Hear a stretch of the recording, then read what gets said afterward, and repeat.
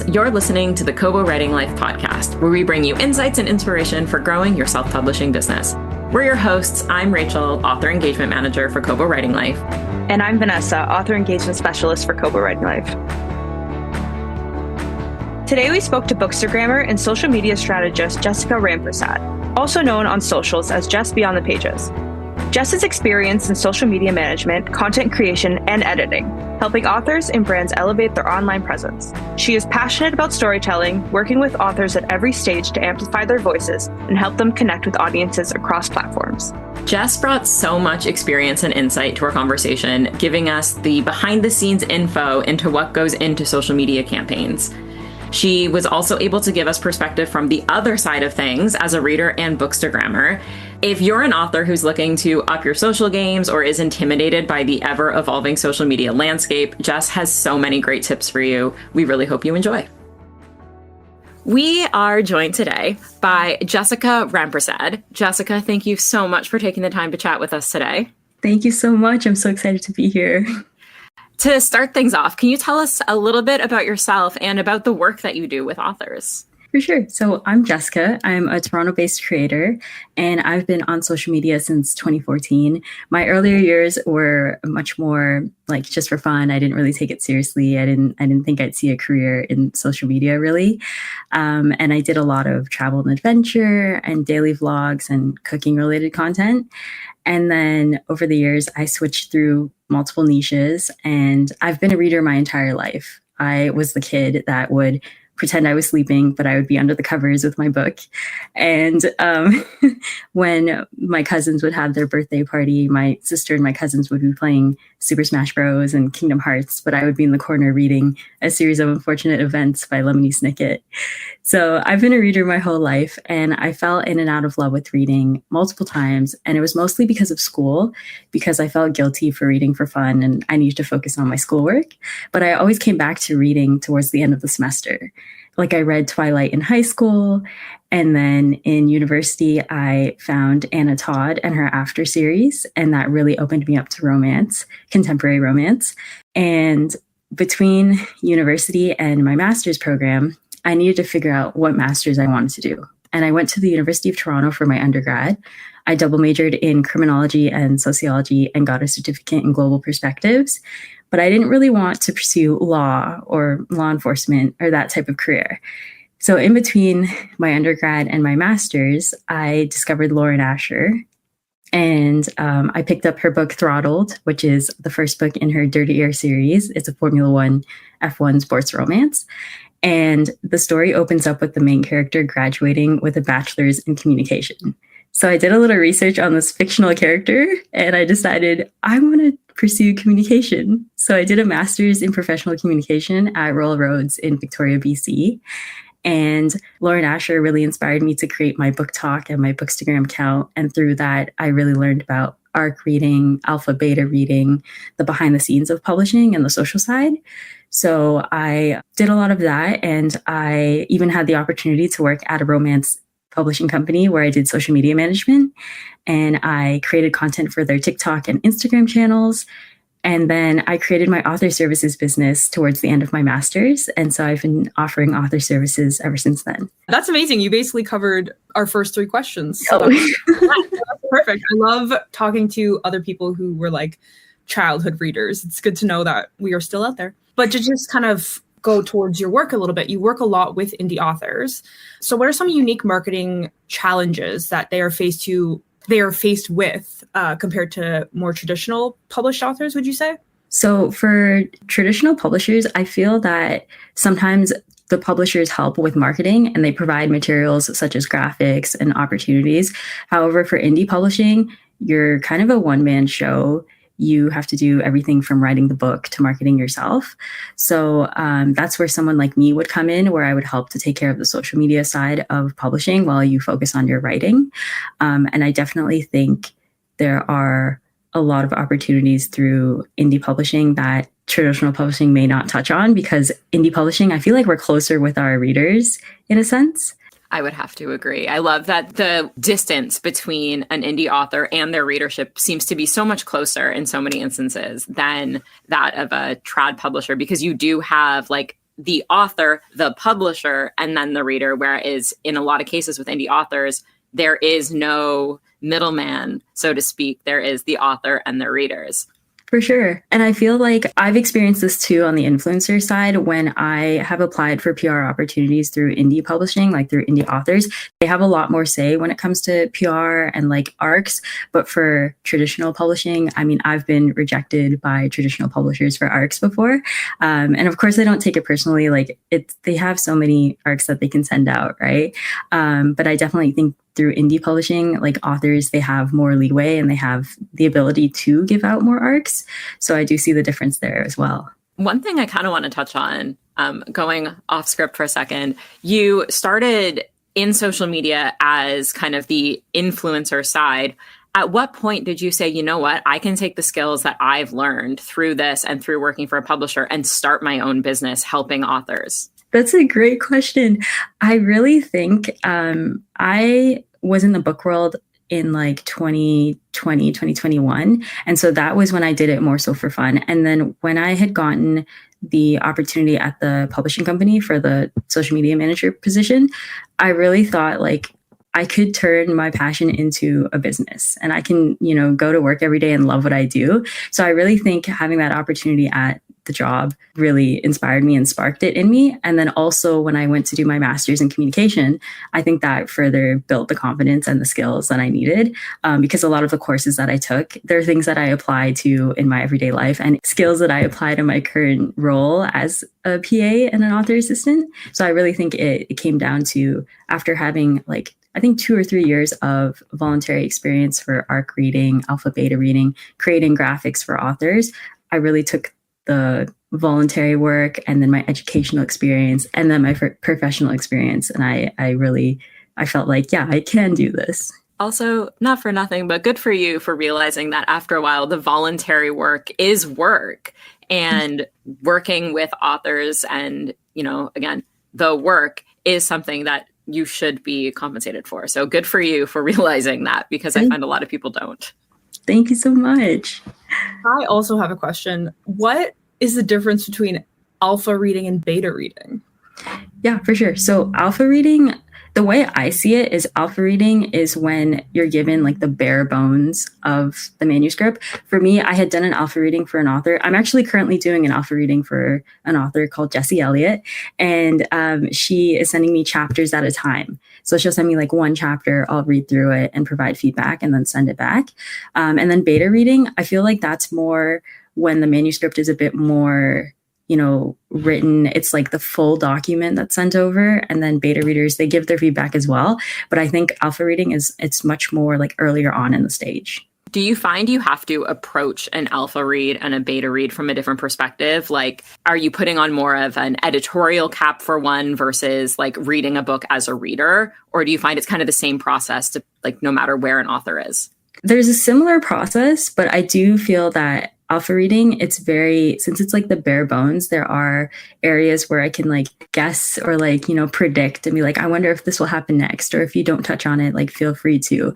And then for beta reading, I feel like it's more of the pacing, character development, like it's definitely more into it versus alpha reading. No, that makes a lot of sense. And I imagine it must be a very interesting process to kind of receive a book chapter at a time versus being able to like sit down and actually read the whole thing. Oh, for sure. Like I did an alpha reading for an author who was a historical romance Omegaverse author, Fallon English. And she sent me chapters at a time and it would end off on a cliffhanger. And I would be like, Fallon, I need more. Well, that's got to be good motivation for an author, too, to have a reader being like, come on, what's next? Give me the next one. For sure. And how do you find that authors can benefit from this service, from alpha readers or beta readers or both? Okay, so I think that authors sometimes, I've seen it in the past where authors sometimes think that ARC readers can give feedback, but they sometimes mix it up with alpha beta reading and ARC reading. So ARC readers are they read and review your book. They don't necessarily, come back to you with spelling errors or with typos and like things that you can fix.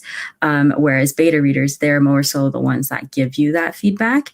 So I definitely think alpha and beta readers are really helpful for giving that constructive criticism and that feedback that can help improve the story before it's published and before it goes out to ARC readers and early readers and readers out in the world.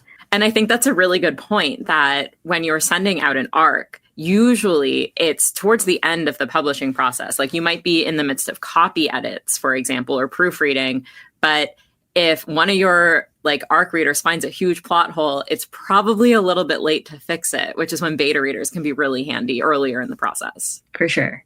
Now, kind of swinging back to marketing, you mentioned kind of how you work with indie authors and the differences that they have when it comes to the marketing support versus trad authors. And I'm curious if there's one underrated or overlooked strategy that you wish authors used more when they were marketing their books, especially on the indie side. For sure. I have a few things in mind. One mostly is, I think the goal is to push your book, but not in a pushy way. And so I really think being authentic, sharing the passion and the process of how your book became, that's really important. I personally love the behind the scenes and seeing the author's work in progress. So I love hearing about, your word count updates or the progress of your cover, or even seeing the character art and how it came to be. And then I've also seen authors share beta readers' comments. They've created content with that. And I think that is a really useful way to tease at what's to come and to tease, the scene or the book that's coming out soon, and build excitement towards it. And then I also think being willing to try new things. So when it comes to social media, there's so much to do. There's so many avenues to explore. And I think utilizing the features, it can be really fun to play with, and it can be really helpful for marketing. So if you're one that doesn't use stories, Instagram stories, maybe test it out. Or when posting in the main feed, you're able to add music now.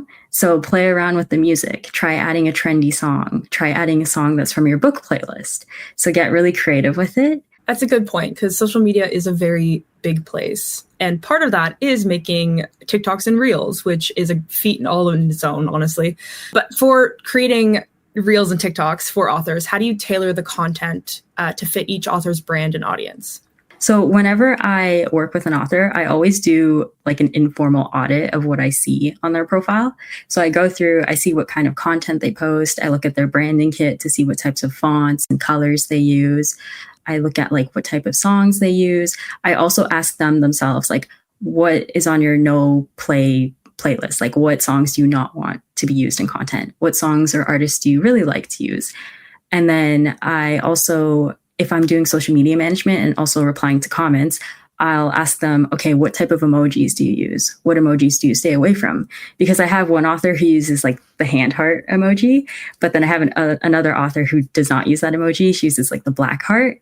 So really narrowing down on what their language and their tone is, and understanding how they respond to readers and comments. And then for content as well, I look at the type of content they enjoy posting. Do they like Kindle screenshot posts for the Reels, where it's a Kindle screenshot with the highlighted quotes and then movement in the background? Or do they like carousel posts? And then I kind of build content off of that. That's very nice to know that it is very specifically author to author branded, which is very helpful, I think. Thank you.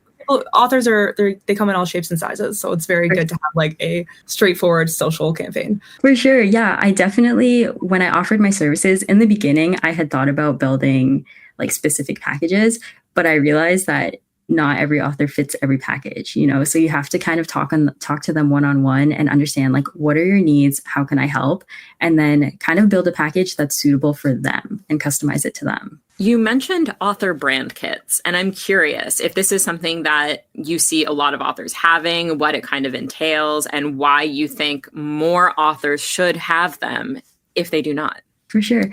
So I think branding kits are so useful. And I think it's because when I'm scrolling through my newsfeed and I'll see a post, if it's pastel colors and poppy colors, and there's this one bold font that Lauren Asher uses, when I see that post, I'm immediately it's Lauren Asher's content. Or when I see the darker post with the Cinzel font, I'm immediately that's J.A. Carter. And so I really think building a strong branding kit is really useful for readers to identify your posts, because if it's not strong, I feel like readers are more likely to scroll away. And I think having strong colors that match like your book or that match like your feed, it really builds like a nice cohesive theme and feed. And it doesn't necessarily need to be like colors and fonts too. It can also be like Anna Todd does a really good job with her feed, and it's more so like lifestyle, and she also includes books. But I like how her editing is done, and I think all of her photos are very crisp. I think if she uses a filter, like it's consistent throughout. So I think it's really good to have like a strong feed, whether it's like the colors, the fonts, and such. And we touched on like a lot of things already, and we were only like 16 minutes into this recording. But one thing that I think is important that we've noted or that we've like talked about is that social media is always adding new features. It is always changing, which can be really intimidating. And I'm curious if you have any advice for authors who are listening and are like, okay, like I need to up my social media game, but there's just so much happening. Do you have any advice for anybody stepping in for the first time? For sure. So if you're intimidated or overwhelmed, I honestly think taking it one step at a time, taking it small, building a plan. I'm very much a planner, and I love to build a plan. And to build a plan is one thing, but to execute it, that's another thing. So really building a simple, easy to follow plan and then actually carrying through with it. I think, for sure, scroll through your newsfeed and draw inspiration from others, but don't like overwhelm yourself. Don't take on too much and like overload yourself with too many ideas. And I feel that way sometimes too, because I'll be scrolling and I'll see so many like, here are 20 bookish ideas for August, or like, here are bookish content ideas. And then I'll save them, but sometimes I don't use them. So it's sometimes like you have to pace yourself, and also definitely look through your newsfeed, try and draw on the trending songs, what's trending right now. Like currently there's what I'm probably trend right now. And so it's like what I'm probably reading, what I'm probably drinking, what I'm probably listening to. So that's like a fun, cute little trend, and it's easy to do. Try to look for the more simpler trends to follow. If you're starting out and you don't want to be like too overwhelmed with yourself, because there are trends that are really intricate and hard to edit. So definitely like take it slow and one step at a time, and really build a clear plan and have a clear end goal and work backwards to see, okay, like this is what the goal is, and these are the steps that I need to take to get there. And sometimes I think there's very specific niche memes that maybe you think the audience will get and they don't, speaking from experience or anything. So, but on that, the overwhelmingness of social media. So what do you think some of the major advantages are when it comes to using Bookstagram and Book Talk as marketing strategies? For sure. So the way I thought of your question was like, are you utilizing like Bookstagrammers or Bookstagram, the niche? I think both. Both, yeah. And maybe for our less technologically inclined listeners, would you be able to kind of explain the difference between the two? For sure. So I think the way I see it is Bookstagram is the niche within Instagram, and Book Talk is the niche within TikTok. And then you can also go as far to say BookTube is the book side of YouTube. So there are the niches within the social media platforms. And then within the niches, you have your creators. So on Book Talk, you have your Book Talkers. On BookTube, you have your BookTubers. On Bookstagram, you have your Bookstagrammers. So I really think utilizing these creators, Book Talkers, Bookstagrammers, BookTubers, can be really effective when marketing your book. And I think they help with reach and with relevance. So I think when you reach out to these creators, Bookstagrammers, Book Talkers, BookTubers, when you reach out to them and they are in the similar genre or niche as your story, as your book, it really helps to put your book in front of other relevant audiences. Because when they post to their audience is most likely their audience is most likely your target audience as well. So that helps with your reach, and it helps with kind of further connecting you and further pushing your book out into the bookish space and really building your reach in social media and in like the book network. How do you authors go about collaborating with Bookstagrammers, Book Talkers, or other bookish influencers? I would suggest looking through the reader's profile and then seeing their bio. If their bio says something like ARC reader or beta reader, I think I've included in my bio, I include ARC alpha beta reader just to give indication that, hey, I do these things. And like that kind of opens the door to like reach out. So that's one thing, to look through people's bios. And then when you're DMing people, if they have their email in their bio, feel free to email them as well. And if you DM them, be personable. I always talk about how, yes, you have your template of like, hey, I have a book coming out. Like, would you be interested in reading it? But I always include like hi, I've seen your content before. Like, actually take the time to look at their content. For one of my authors, I was looking for readers to join her team, and she had done PR. Like, she had done a PR opportunity through a PR company. So I had reached out to those readers by looking through her tagged section on Instagram. And then I like looked through the posts, I watched the videos, I read the captions, and then I would reach out to them and be like, hi, I'm Jessica. I'm reaching out on behalf of Jessie Elliott. That was the author. And I said how like I saw their post, and I was like, I really liked their content, and I was wondering if they would want to join the team. And I would also like be so personable in the way that like someone had posted a PR video and they were like, this was my first PR package ever. And I said, oh, like, we're so honored that, we were your first. So being really personable when you're reaching out to someone, because this is your first impression with them. And it's really important to have that positive and like good impression. And I think that like you've mentioned, authenticity goes so far on social media, but it also translates so much when you are contacting people, because yes, this is like a business transaction at the end of the day, read my book in exchange for reviews, but you also want to lay the foundation. So maybe this is somebody you can go back to. Maybe this is somebody who will continue to pump up your books, not only because they like the book, but because you were a nice person. For sure. Yeah. So for authors who are either debut authors or they are genre hopping authors, how do you suggest building a brand that's very authentic to themselves, but also flexible? So when I created Just Be on the Pages, I love to use mine as an example, even though I'll just say it, but like, because I went with Just Be on the Pages as the username, and I created this username because I wanted to have my name and like a book related username. So instead of Just Be on the Pages, I went with Just Be on the Pages. And I really like that I created this in a flexible way, because it's not just about books. Because my profile, it has travel and adventure. I share like food related content. I share like my author services. So it's just Be on the Pages. Now I understand for authors, they might have like at Susie author or, at Susie writes. So you might not be able to be as flexible with the username, but with the content itself, I really think having a good balance between really personal and authentic. And it doesn't have to be like super personal. Of course, understand your boundaries when you're posting online. But I really think like Anna Todd, Alexandria Consalves, they are great examples. Even Jessie Elliott is a great example for building a profile that's very personal, they connect really well with their readers, and it shows within their content. They share a lot of like lifestyle and like what's happening lately content. And it's a good balance between their book promotion and then also just what's going on in their life. So I really think that's a good balance to have. And kind of like you mentioned earlier, social media and promoting your book, it is a lot of like, hey, here's my book.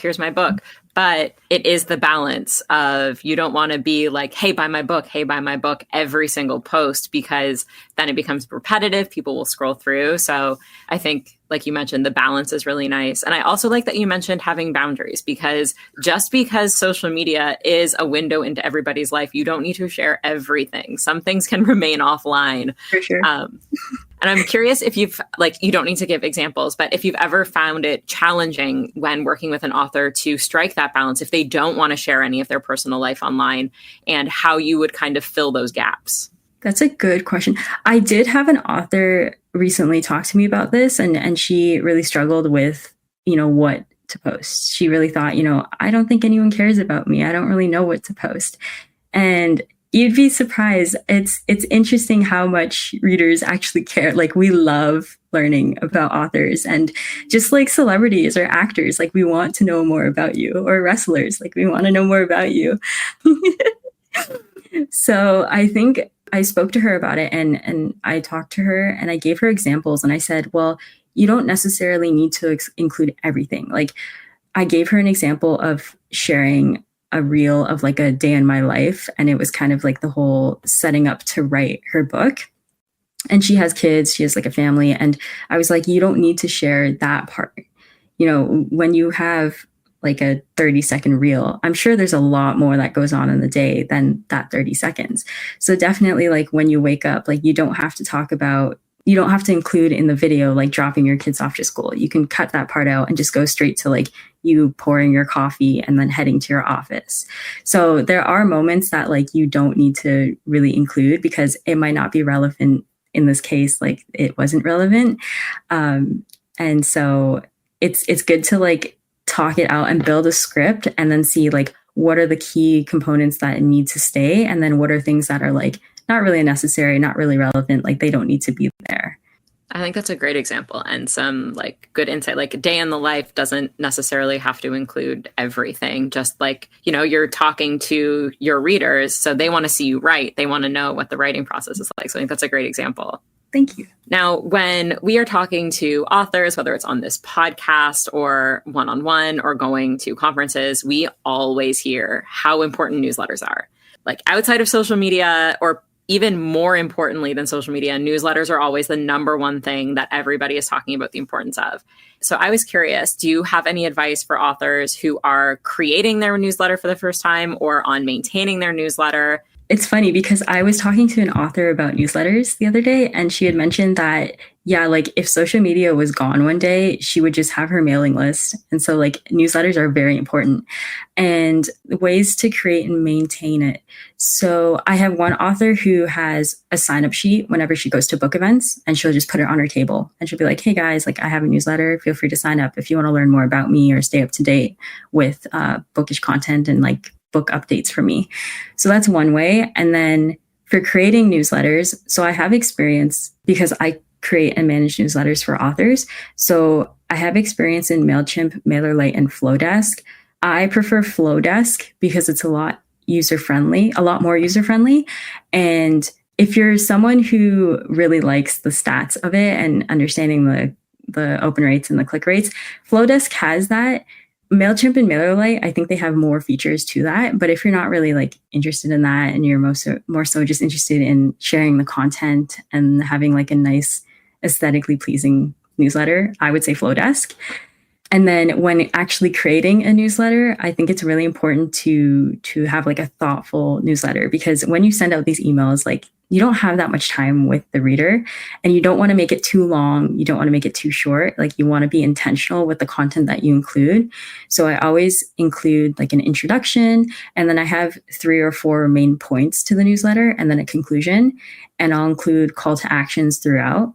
So for a recent newsletter I had made, it was an author sharing like their summer like update. It was kind of just like a, hey guys, here's what I've been up to. So in the intro, I had mentioned something like, if you don't follow me on Instagram, and then in brackets, I said like, and if you don't, like, feel free to, you're missing out, something like that. And then I shared like what they've been up to throughout the summer, and then also summer favorites at the bottom. And for the call to action for that, I had mentioned something like, do we have any summer favorites in common? Reply to this email and let me know. And then another call to action in the outro is kind of just like a, follow me on Instagram. And then I included images throughout. So for the follow me on Instagram at the bottom, I included a screenshot of the Instagram newsfeed and the username so that they could see the profile. And then I included images throughout the newsletter as well.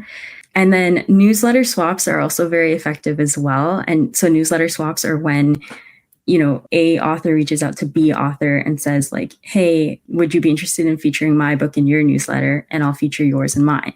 And so I think that's like a really good, that's pretty effective, because, you know, when they share your book, they're sharing it with their community. So it's kind of like community sharing, like introducing readers to each other. So I think that's really effective as well. I'm interested in like the collaboration process between you and an author for something like the newsletter. Like, is it a lot of them telling you what they want in the newsletter and then you generate it? Or do you also come with ideas of things to do? Like, is it sort of both? That's a good question. It's sometimes both. I've had an author who wrote out the newsletter and she would send it to me and say, like, here's the material, put it on the newsletter and send it out. And it really depends. I have another author who will give me a topic and she'll be like, go. And then I'll like write it and I'll be like, hey, it's ready to go, like for you to review. And she'll review it and, you know, she'll make changes if needed. She'll add things if needed or take away. And then she'll tell me like, it's good to go. And she'll either schedule it to go out and then I will resend to unopeners a couple days later. But yeah, it really depends on like the author and where they're at. For the first author, they were very much like they wanted specific content and they weren't really open to feedback. But then for the second author, they were very collaborative and I really enjoyed doing that one.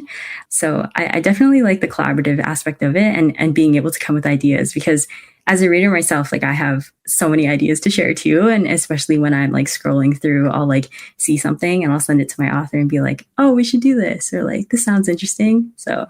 And as a reader, you know what you want to be receiving from newsletters. So you have like the insight in that way where you can send what you want to read, which is nice.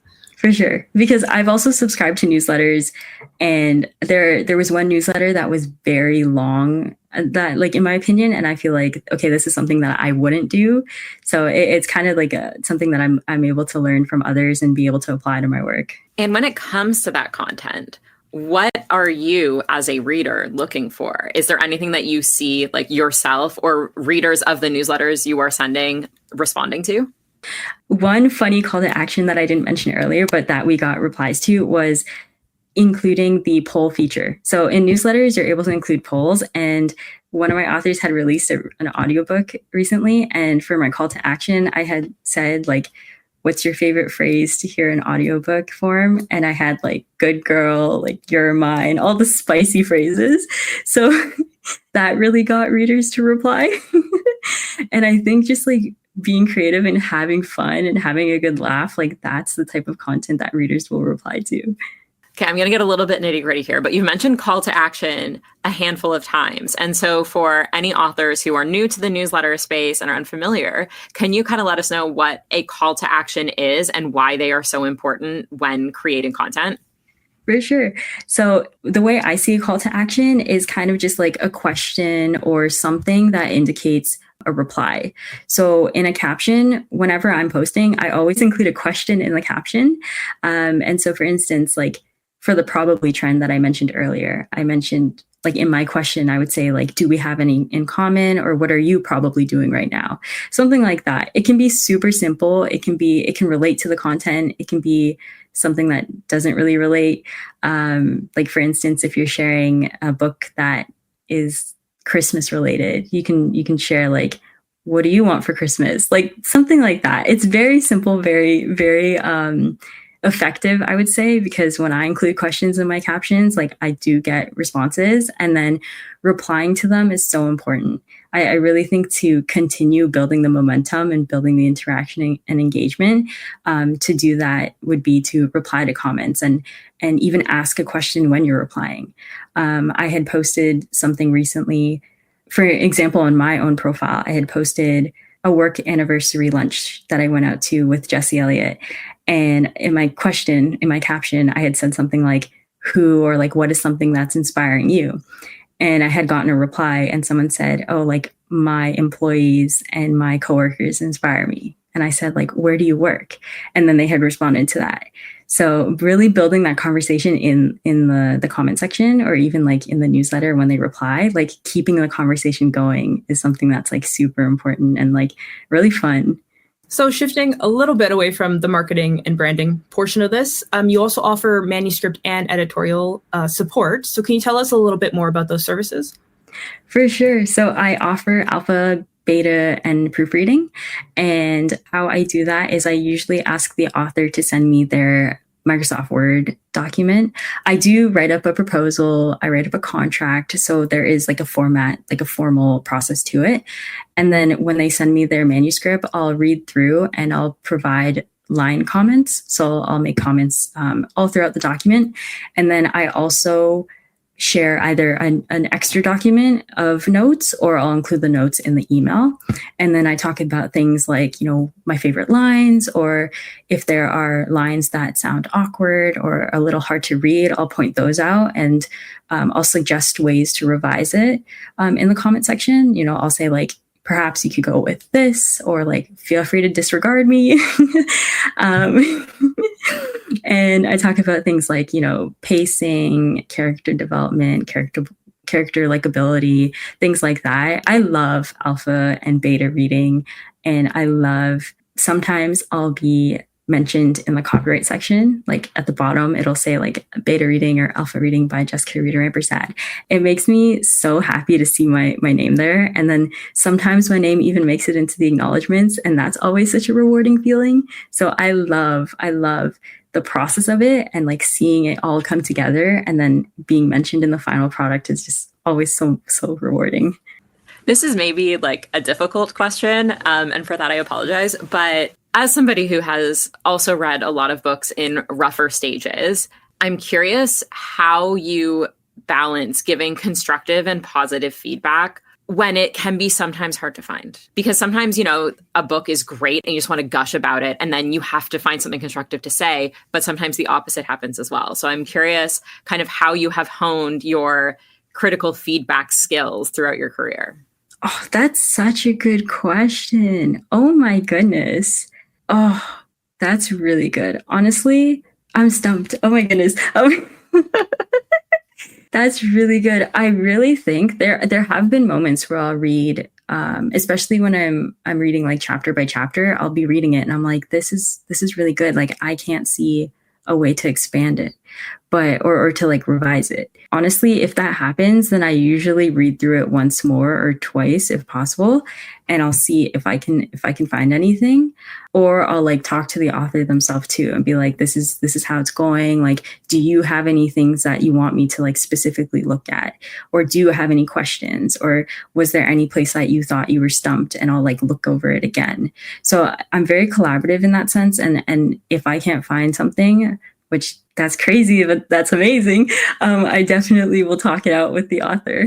Well, I think that's like really important when you're giving feedback to understand when there is none, because the last thing you want to do is be like making up issues that don't exist, right? No, I love the collaborative process that you then take of like, hey, is there something I should be looking out for? Because like, I'm not seeing it. So no, I think that's a fantastic answer. Thank you. So you very clearly wear a lot of hats within this like bookish author world. So how do you stay so organized with all of your different little jobs? So I utilize Google Docs, Google Sheets. I have a lot of folders. I have to-do lists that I utilize a lot, and I'm very organized. I will constantly clean out things as well, like my folders and like my phone. I have to clean that out a lot because I'm filming a lot on it for authors. I have like external drives. So I use resources to stay organized. And there are resources you can pay for, such as Notion, Basecamp, Airtable, but there are also free resources. There are also free resources such as Google Sheets and Google Docs. So I really use those. And then my notes app as well. I usually have like a list of things that I need to do, and then I love checking it off. So I also love a checklist, but you are never allowed to see my desktop on this laptop. Like, it is chaos. I like to think I'm an organized person, but that only goes so far. So kudos to you. Thank you. So I'm curious, we've talked a lot about the different aspects of social media and the different platforms that are available. But for you personally, when you are looking at social media, especially in the book world, do you find one avenue more intriguing or more influential than the other, especially when looking at Bookstagram versus Book Talk? Oh, I know for me as a creator, I go around, like I bounce off a lot. So I used to love BookTube, but now I'm more so in the short form realm, and I use like YouTube Shorts. And then I really loved Book Talk and TikTok earlier on, but not like low key. I feel kind of discouraged with the whole ban of TikTok, and like it can be here one day and not here the next day. So I moved more towards Instagram, but I definitely think things popping off and like the viral aspect happens a lot on TikTok and also on Instagram Reels. So I really think that I lost the question. I'm so sorry. No, I was just wondering which platform you think has the most impact, or which one you just prefer as like a creator, but also as somebody who lives in this bookish world. Oh, yes. Sorry. I think it's between TikTok and Instagram. Yes. And I think TikTok is more so for like, it's changed so much over the years. Like I remember it went from you have to post once a day to 3 times a day to 5 times a day. And now you need to have 5 different accounts and post once every day on each account. So that can be a lot more draining, and the predictability of going viral is a lot. It's unpredictable, honestly. Like it's very much a game of luck or a game of chance. Instagram, I really like it for building the qualitative like community aspect to it. But yeah, I definitely think I used to love TikTok a lot in the beginning, but now I'm more so in the Instagram. Like I really think building that community and that qualitative aspect to it is really, really important. Maybe this is a controversial question, I don't know, but do you find that authors who use TikTok are often looking for that viral moment and that's why they go to that platform? Because I do find that Bookstagram, like it has reels, but I definitely think if it picks up on TikTok, like you're good for at least a little bit. So do you think that that's like a big incentive for authors? I think so. I really do think so. And I know Instagram, it has trial reels now, which is a new feature. I also do it myself where you post both on your main feed and then you like save it as a draft and you post it as a trial reel as well. So it goes to non-followers. But yeah, I've seen it pop off on trial reels to non-followers. And I've seen the effect of like non-followers actually following the author through the trial reel. For TikTok, I have seen the viral, like I have seen the want to go viral on TikTok, and that's like their goal, because if they go viral, then like it could turn into sales. So I do see that. And I'm in Facebook groups that talk about like TikTok and trying to understand the algorithm, and like, you know, they'll talk about how like the algorithm changed again.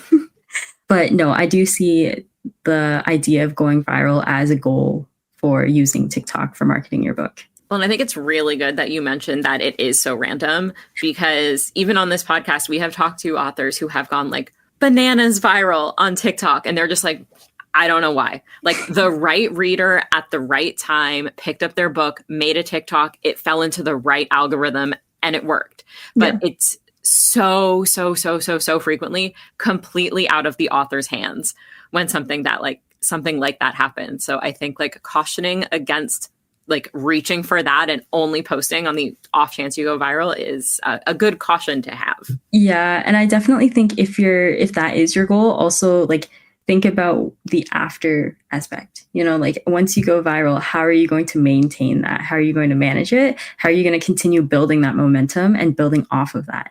Are there any bookish trends that you are loving right now or dreading? That's a good question. Bookish trends that I love. I'm like a stats person. So I love like the word count updates, or like for readers, I love seeing their wrap ups and seeing, you know, like how many books they rated each star, or like did they DNF, things like that. But yeah, for the author side, like I love seeing a work in progress, a word count goal. I love like bookstore related content. So if you're an author and your book is in a bookstore, there are so many different types of videos that you could film to promote your book while also like visiting the bookstore. So I really love that. As for ones that I dread, I don't know if there's a trend that I dread, but there is like a content style that I dread, which is like for slides, which is like when you have like, if it's a scene, but it's like 1 sentence per slide. I'm okay with the short form slides where it's like 3 slides, but when it gets to the point where it's 20 slides, I kind of just keep scrolling. I don't really stick around for that.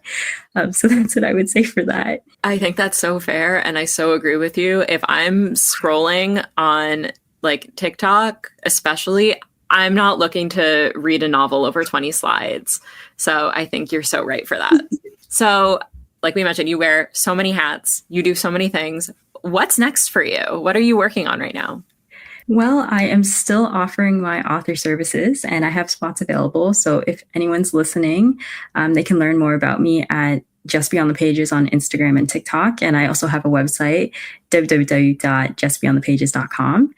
And then this episode might be airing after, but I will be assisting an author at a book event and I'm really excited. It's Jessie Elliott. I've talked about her so much today because I absolutely adore her. She's one of my favorite authors that I work with. And I assisted her at an event a couple months ago. And so we're doing it all over again. And I'm so excited. And I'm also writing myself. I've been working on it for a while. It's been fun. I'm keeping it on the down low, but I'm mentioning it here first. So for the first time. Exclusive content on the Kobo Writing Life podcast. We love it. Well, Jess, we will include links to like everything you have mentioned in our show notes. And thank you so much for stopping by and chatting about all things social. There's so much good information in here. So thank you so much. Thank you. Thank you again for having me on here. I'm so grateful for the opportunity. And I'm so happy to see you again at the Toronto Indie Author Conference a couple months ago. And I hope to see you again next year. So yeah, thank you again. You absolutely will see us next year. Yay.